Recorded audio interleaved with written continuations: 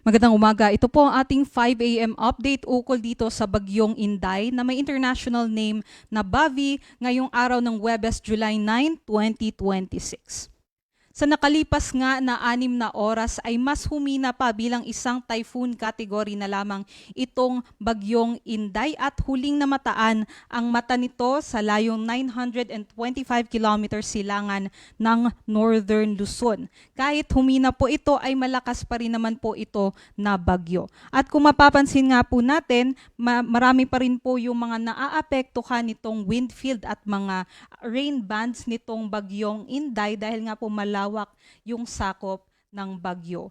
Yung taglay po na hangin nito ay aabot ng 175 kilometers per hour at pagbugso naman po ay aabot ng 215 kilometers per hour. Sa kasalukuyan, kumikilos po ito pa west-northwestward sa bilis na 20 kilometers per hour. Within the next hours, inaasahan po natin yung malalakas na hangin dito pa rin po sa may Northern Luzon, specifically sa may Cagayan Valley, maging sa may Cordillera Administrative Region, Ilocos Norte, maging dito po sa may Aurora and Catanduanes. Inaasahan din po natin kasabay nung mga malalakas na hangin nitong bagyong Inday ay meron din pong dalang pag-ulan itong bagyo. Aside naman po sa mga nabanggit na lugar, kung mapapansin po natin sa mga ngayong araw nga po or ngayong mga panahon na ito ay meron na din pong nakakaapekto na mga outer rain band o mga pag-ulan nitong bagyong Inday dito po sa may Bicol region and also dito sa may Eastern Visayas. Expect po natin throughout the day meron po tayong mga pag-ulan sa mga nabanggit na lugar dulot naman nitong bagyong Inday.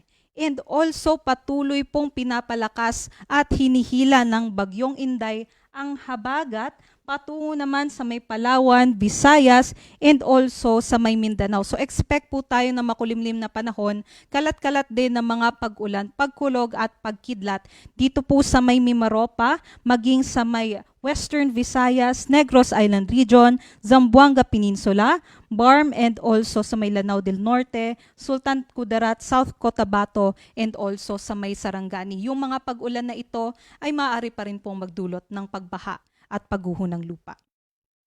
Ayon naman po sa ating latest forecast track and intensity, ito nga pong si Bagyong Inday ay typhoon category na lamang ngayon at kikilos po ito pa northwestward at hindi na nga po natin inaasahan na maglandfall sa anumang bahagi ng ating bansa.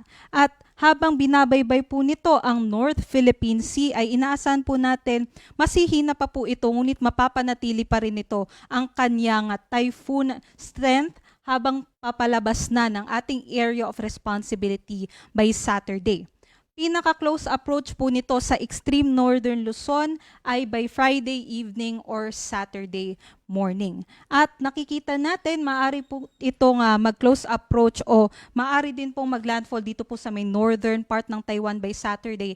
And then by Sunday ay mas hihina bilang isang severe tropical storm habang naglandfall na po ito sa eastern coast ng mainland China. Ngunit yun nga po, hindi lamang po ito or kung mapapansin nga po natin, malawak nga po yung apektado ng wind field nitong bagyong Inday. Maaaring hanggang, kung susukatin nga po ang diametro ng bagyo ay nasa between 1,700 kilometers po yung kanyang lawak. Kaya kung iproproject nga po natin itong yellow na circle dito po sa track ng bagyo, ay meron pa rin po tayong mga wind signals sa may northern Luzon sa susunod pa na mga araw.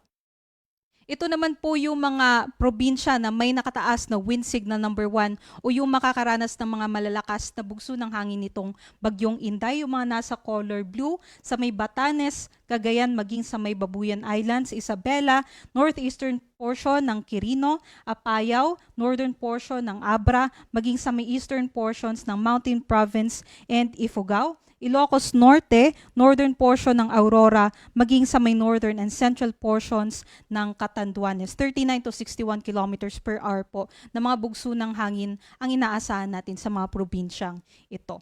Ngunit kahit wala po tayong wind signal sa ibang bahagi naman po ng Pilipinas, maaari pa rin po tayong makaranas ng mga pabugso-bugsong hangin dulot naman po ng habagat. Ito naman po yung ating rainfall forecast na makikita sa ating weather advisory. So within 24 hours, makakaranas po ng malalakas sa mga pag-ulan yung ating mga kababayan na nasa probinsya ng Occidental Mindoro, Antique at Negros Occidental. Yung mga nasa yellow po, sila po yung makakaranas ng 50 to 100 millimeters na rainfall. At kung ihalin tulad po natin ito sa balde ng tubig, within 1 square meter, maaring makaranas ng 4 hanggang 8 balde ng tubig na ibinuhos po sa 1 square meter area yung ating mga kababayan dyan. So itong mga pag-ulan na ito ay maaari pong magdulot ng mga localized flooding. So kung nandun po tayo sa mga areas na bahain, mga low-lying areas and also malapit sa mga ilog, ay sana po ay maghanda po yung ating mga kababayan. But aside po dito sa mga probinsya na maaaring makaranas ng 50 to 100 millimeters of rainfall, may kalat-kalat pa rin po tayo ng mga pag-ulan dun nga po sa mga nabanggit natin na lugar sa may Cagayan Valley, Cordilleras, Bicol Region, Eastern Visayas, and Ilocos Norte, dulot ng bagyong Inday, at maging sa may Mimaropa at sa western sections ng Visayas and Mindanao dulot ng habagat. Pagsapit naman po bukas ay mas lalakas po yung ating mga pag-ulan dulot ng habagat. Dahil nga po, habang binabaybay nito ang habang binabaybay po ng bagyo ang North Philippine Sea, ay hihilahin po ng bagyong Inday yung habagat patungo dito sa may Palawan and sa may Visayas and Mindanao area.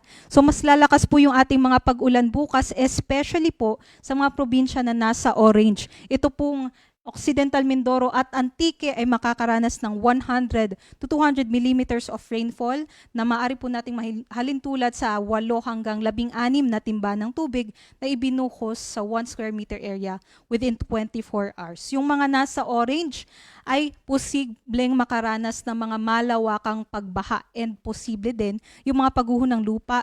So habang ngayon ay maghanda po yung ating mga kababayan, kung kailangan po natin ng evacuation measures ay mag-contact na po tayo sa ating local government units. 50 to 100 millimeters naman na rainfall yung inaasahan dito po sa mga kababayan natin sa Zamboanga del Sur, Lanao del Norte, Lanao del Sur, maging sa may Negros Oriental, Negros Occidental, Guimaras, Iloilo, Palawan, Bataan, at sa may Zambales. Kung mapapansin nga po natin, mas tataas na po yung orientation ng southwest monsoon sa susunod na mga araw.